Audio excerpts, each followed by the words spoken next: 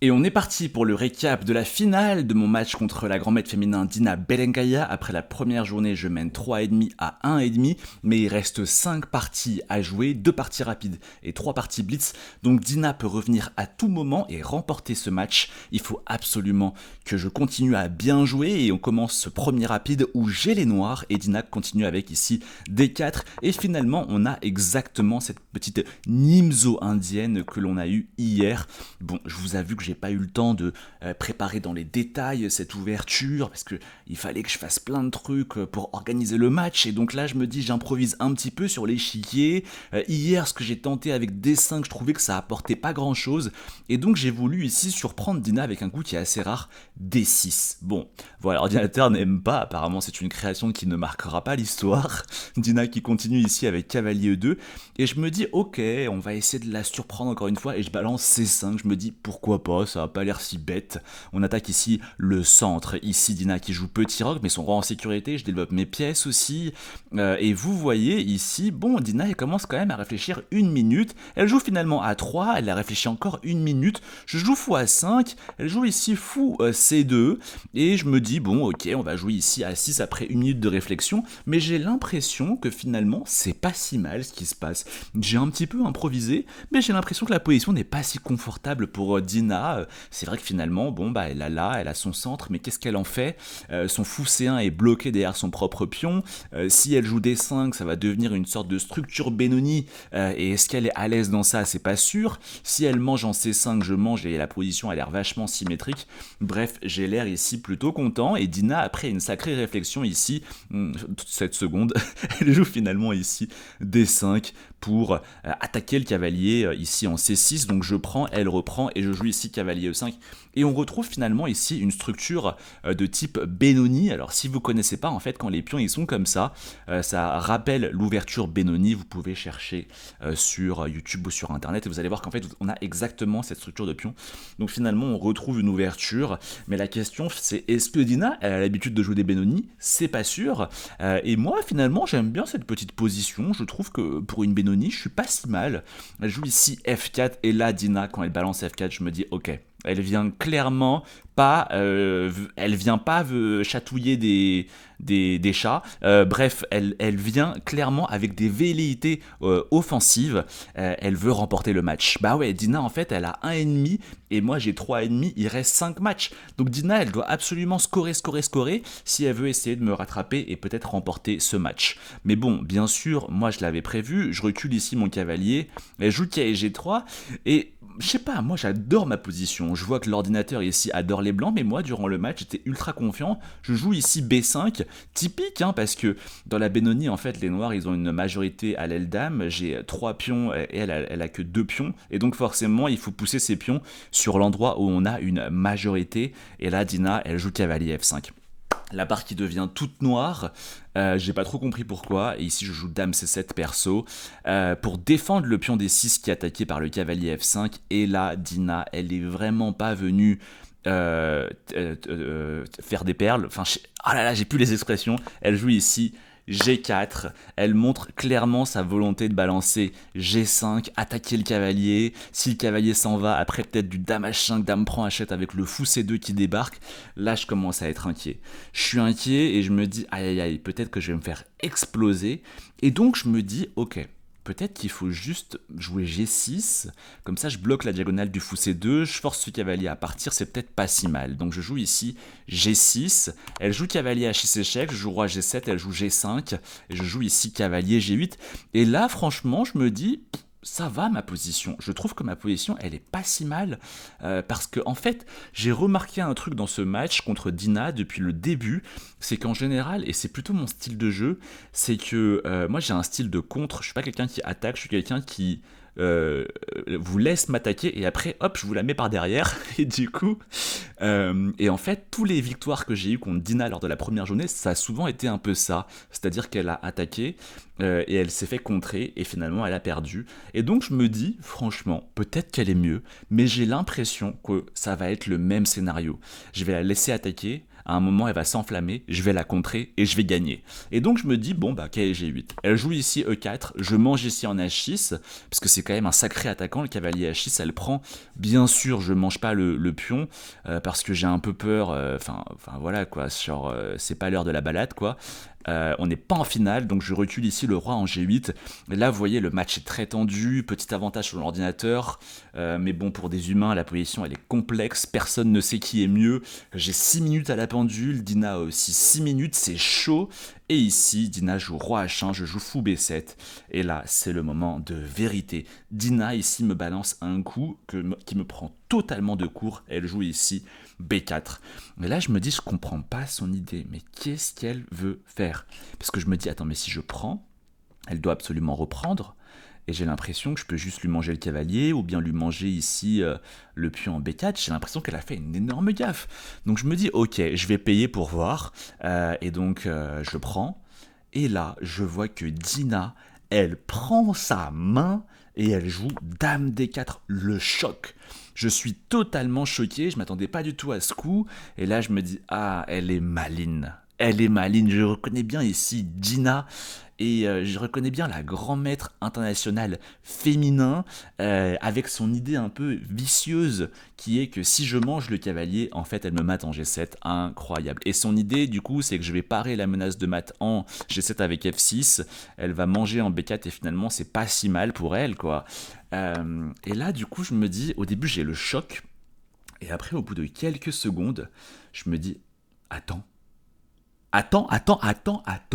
Je me dis, attends. Genre, il n'y a pas dame prend C3. Et si dame G7, ma dame défend en fait. Il n'y a pas mat. Et là, je me dis, elle a gaffé.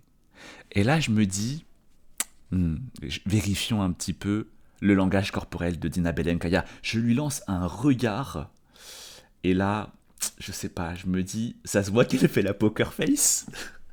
Je me dis, ça se voit qu'elle fait genre que tout va bien, alors qu'elle vient de gaffer. Donc là, je me dis, c'est cramé, Dina, je t'ai cramé, Dina. Et là, je fais ici, Dame prend C3, Dina qui joue immédiatement fou B2. Je comprends qu'elle joue vite pour faire genre, c'était prévu, mais on a tous compris qu'elle vient de gaffer et qu'elle vient d'ici de donner une pièce. Je mange, elle mange, et là, c'est parti pour la stratégie vicieuse. Échange de pièces, Dina, s'il te plaît. Elle refuse, et j'attaque ici le fou en C2, elle s'en va. Je joue ici F5 parce que je veux forcer ce pion à partir, et comme ça, incroyable mat. Ici avec fou prend D5, elle joue tour G3, je remets la pression avec cavalier F6, elle joue tour G1, le craquage complet, et ici fou prend G1, et là Dina Belenkaya qui abandonne. Je mène à ce moment-là 4,5 à 1,5, plus qu'une partie à gagner ou 2 matchs nuls à faire, et je remporterai ce match. On enchaîne avec le deuxième rapide. Ici j'ai les blancs, petite catalane. On joue exactement la même ligne qu'hier, et là, sauf la petite différence, c'est que je joue ici tour E1, une ligne qui est vachement à la mode. Alors c'est vrai que je l'ai déjà joué en partie longue, il me semble, et c'est peut-être là l'erreur que j'ai commise, parce que Dina ici joue KD7, elle le joue assez lentement, je joue ici KD2, elle joue tour E8, je joue E4, et là elle joue immédiatement E5, et là je prends en E5, elle prend, je joue C prend D5, elle joue immédiatement fou G4. Et là, je suis en train de comprendre que je suis en train littéralement de me prendre une préparation. Je me rappelle que cette ligne, elle vient d'émerger, elle est extrêmement à la mode, jouée à haut niveau en 2025, c'est du très très récent. Et je me rappelle qu'il y a une histoire comme ça de cavalier E5, fou G4.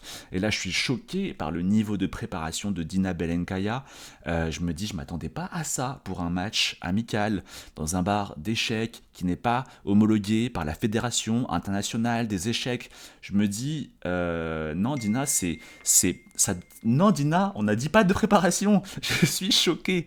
Et là, je me dis, ok, bon bah, ok, je décale ma dame. Elle joue ici C prend D5, je récupère. Elle joue ici fou B4. Figurez-vous que c'est aussi le meilleur coup de l'ordinateur. Dina ici qui a presque 10 minutes à la pendule, elle a littéralement pas réfléchi de la partie. Elle vient de jouer tous les meilleurs coups de l'ordinateur depuis le début de la partie. Et là, par exemple, si je vais dans les bases de données, il y a 0 partie dans la base fastchess.com, chez les maîtres et grands maîtres. C'est vous dire à quel point sa préparation ici est extrêmement pointue et à la pointe de la théorie moderne. Je suis assez choqué de voir une telle préparation pour un match amical. Et du coup, j'attaque ici le fou, elle s'en va en C5. Là, je me dis, ouh là là là là là, elle tape ici sur le pion F2. Je me dis, si j'attaque ici le fou, le problème, c'est à chaque fois, il y a cavalier F3. Échec incroyable, découverte. Et en fait, la tour en E1 est en prise. Donc ici, je me dis que je suis assez malin en jouant tour F1 parce que je défends le pion F2 qui est vachement attaqué par le fou C5, et en même temps il n'y a plus d'histoire de cavalier F3 découverte avec la tour en E1 qui est en l'air. Medina qui continue à mettre la pression, tour C8, la partie devient pas mal noire. Ici je me décale pour m'enlever du vis-à-vis de la tour en C8, le cavalier qui débarque en D3, et là je me dis elle a fait n'importe quoi. Elle a fait n'importe quoi parce que je me dis attends mais j'ai cavalier A4, j'attaque ici le fou en C5, si le fou s'en va je récupère le cavalier D3, et si le cavalier s'en va je récupère ici le fou en C5. Je commence à calculer fou prend F2, tour prend F2, ensuite je vois ici cavalier prend F2, roi prend F2, je vois tour E2, échec, roi G1, je vois ici tour prend C1, tour prend C1, tour prend D2, je vois ici dame C3, tour E2, et je me dis que la position elle est pas super claire, je pense que je devrais m'en sortir, je calcule cette ligne un petit peu de 5-6 coups à l'avance, et je pense que ça va, mais sauf que là, je vois que Dina, elle prend sa main et elle me balance ici, fou E2, je suis choqué. Le problème bien sûr c'est que ma tour, elle est tout simplement enfermée, elle a nulle part où aller. J'essaye de me sauver en balançant un cavalier prend C5, mais elle fait tour prend C5. Je reste avec cette tour en F1 qui n'a aucune case où aller. Partout où elle va aller, elle va se faire capturer sauvagement par les noirs. Ici, je me dis, mince, le match est en train, j'aurais pu tuer le match et je suis en train de le relancer malgré moi. Je déplace mon cavalier, mais elle attaque le cavalier, elle bouge madame recule, je perds la tour, je perds le fou, la tour se fait enfermer, et là j'abandonne, je suis choqué de ce que je viens de vivre, 26 coups, c'est là où je me dis, ouais, Dina, quand elle joue bien, elle peut être super dangereuse. Je vous rappelle quand même que Dina Belenkaya, elle a eu un pic Elo pas loin de 2400 Elo, et elle a toutes ses normes de maître international. En fait, il lui manque plus que... En fait, si elle avait eu 20-30 points Elo en plus à son prime, elle aurait obtenu le titre de maître international, qui est le titre que j'ai également. Là, je me dis, ouais, Dina, dans un bon jour, dans une bonne partie, elle peut faire très très mal. Et je commence à perdre un petit peu la confiance, parce que du coup, Dina Belenkaya, elle revient à 2,5, 4,5, il reste 3 parties à jouer. Il faut absolument que je ne perde pas la partie suivante, parce que sinon ça va la relancer dans le match. Et on enchaîne du coup avec le premier blitz de cette finale. Ici, on retrouve cette Nimzo indienne. Et en fait, moi, je me dis que ça a bien marché, et donc je me dis qu'on va faire la même avec C5, cette création qui ne marquera pas l'histoire, encore une fois, et finalement, on retrouve exactement la même position. Mais là, je vois que Dina, elle joue ici B3. Elle joue B3, et je me dis, oh, elle vient de gaffer. Je me dis qu'il y a C prend D4. Si elle prend du cavalier, le cavalier en C3 n'est plus défendu. Et si elle prend ici du pion, je me dis, attends, mais il y a cavalier prend D4, elle perd littéralement un pion. Et en fait, si elle mange mon cavalier, fou prend C3. Et j'ai gagné un pion, et j'attaque en même temps le cavalier D4 et la tour A1. La position est perdante pour Dina Belenkaya. Mais tout d'un coup, je me rends compte que sur prise, il y a le coup fou prend H7. Et là, je me dis, elle a de la chance. Elle a de la chance, je me dis, elle a tellement de chance, parce que cavalier prend H7, dame prend D4, et finalement la position blanche, elle est pas si mal que ça. Moi je me dis que j'ai la paire de fous, mais en même temps je me dis, ah là là, mes pions ils sont pas sortis, le fou C8 il est pas terrible, finalement j'ai l'impression que c'est même avantage blanc, et du coup je le joue quand même, juste pour lui dire, Dina fais gaffe, t'as eu de la chance, juste pour lui faire comprendre ça. Et là je vois que Dina, elle prend sa main, et elle joue ça. Choc, je ne comprends pas, c'est une gaffe qui est énorme. Je joue ici fou prend C3 et je prends ici. Et en fait, dans son débrief, Dina Belenkaya va dire qu'en fait, elle pensait à ce moment-là qu'elle avait 2 pièces pour la tour et que donc du coup, elle était gagnante, alors qu'en réalité, elle a une qualité en moins. Elle a juste totalement eu une hallucination. Et le problème, c'est qu'il reste 1 minute 18 à Dina Belenkaya, j'ai 2 minutes 25. Et en fait, ici, j'ai une position gagnante et si je gagne cette partie, je gagne le match. Le stress est total, je joue ici E5, un coup que j'aime beaucoup, c'est le meilleur coup de l'ordinateur, et c'est vraiment par rapport au fou que je joue ici E5, pourquoi ? Parce que elle a un fou de case blanche, j'ai un fou de case blanche. Par contre, là où elle est très très bien, Dina, c'est qu'elle a un fou de case noire et moi je n'ai pas de fou de case noire. Donc en fait, je mets mes pions sur case noire pour limiter un petit peu l'action ici du fou de Dina et pour me permettre d'avoir les cases blanches pour moi déplacer mes pièces qui sont plutôt des pièces de case blanche. Voilà, elle s'en va, j'attaque ici le fou en E3, elle s'en va, je active ma dame, je me dis on sait jamais, sur un malentendu, peut-être que ça va mater en H2, mais bon, aussi, je sais bien qu'elle est grand maître féminin, donc je recule. En vrai, il y avait aussi une idée stratégique, c'est-à-dire que en ayant la dame en H4 plutôt qu'en D8, du coup, elle peut pas jouer fou G5 pour me clouer le cavalier. C'était aussi ça mon idée. Elle joue ici K et G3, je déplace ici mon fou en E6, dame C1, je la vois venir avec ses énormes sabots. Son idée, bien sûr, c'est fou G5 et ma dame est enfermée. Donc je joue ici du coup quand même H6 pour empêcher fou G5 et ensuite D5, on va essayer d'actionner sa majorité. Il faut vraiment toujours pousser ses pions sur l'endroit où l'adversaire n'a pas de pions parce que du coup ça va potentiellement vous créer des pions passés. Elle joue fou F5, je joue D4, j'attaque le fou, tour E8, je mets les tours sur les colonnes pour soutenir mes pions que je vais commencer à avancer. Je prends ici en F5, elle prend. Le problème c'est que j'ai 16 secondes à la pendule, Dina elle a 30 secondes et vous savez que dans ces moments-là, en fait ça se joue à rien, même si vous êtes gagnant, vous pouvez faire une énorme gaffe quand vous n'avez pas de temps, surtout que ici, je précise que contrairement aux parties sur chess.com, en fait ici, il y a 2 secondes rajoutées à chaque coup que vous jouez, mais le problème c'est que sur un échiquier physique, rien que le fait de jouer le coup, ça prend déjà 2 secondes, et donc finalement, là, c'est quasiment du chaos.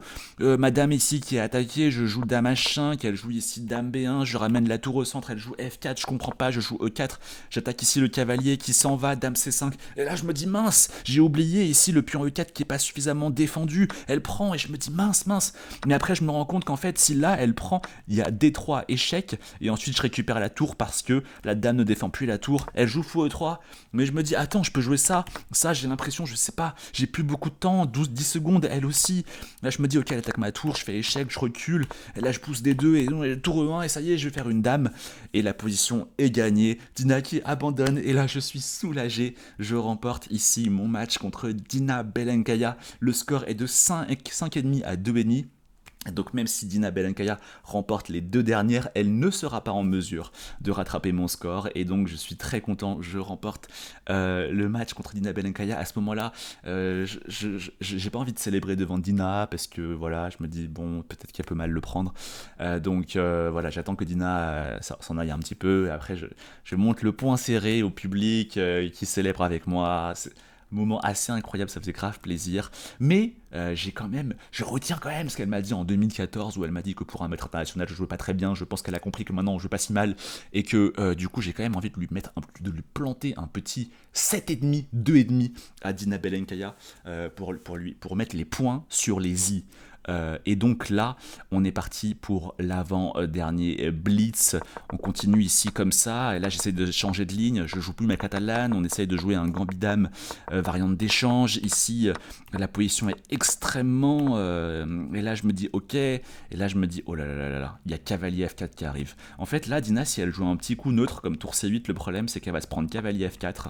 Le fou ici attaqué. Et si le fou va ici en G6, là, il y a tout qui saute dans la position de Dina. En fait, Dina, elle voit arriver le cavalier F4, du coup, elle joue fou G6 d'elle-même. Et là, je prends, et je me dis, attends, mais j'ai cavalier F4. J'attaque ici le pion en G6. Si elle veut le défendre avec G5, le problème, c'est cavalier E6, et je remporte ici la tour en F8.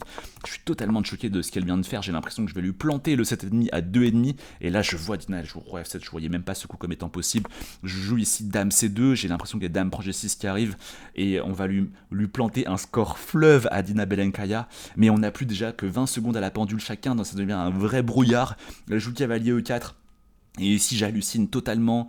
Je pense que si l'enjeu du match était peut-être un peu plus toujours présent, j'aurais peut-être eu un peu plus d'esprit et de professionnalisme, peut-être juste un fou prend E7, suivi ensuite peut-être d'un cavalier prend E4, et finalement j'ai juste une position qui est totalement écrasante, et là je m'emporte, je sais que j'ai remporté le match, alors j'ai pas envie non plus de dévaloriser la performance de Dina, mais là je m'emporte, je joue dans un style qui me ressemble pas tellement, je prends ici en E4, j'oublie le fou qui est en l'air en H4, je me sacrifie en G6 pour aucune raison, et finalement j'ai une position qui est tout sauf claire. Je joue ici D5, j'ai 5 secondes à la pendule, elle joue, je déplace mes tours.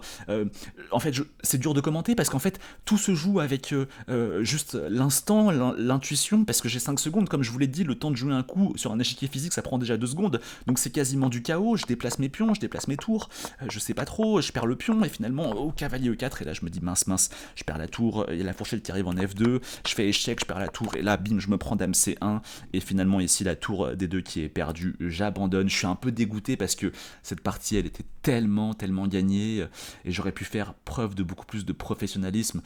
J'ai manqué le focus une fois le match gagné, j'ai l'impression, mais j'ai vraiment quand même envie de la battre sauvagement dans la dernière partie et de lui planter un joli 6,5, 3,5 pour bien dire qu'il y a un monde entre elle et moi.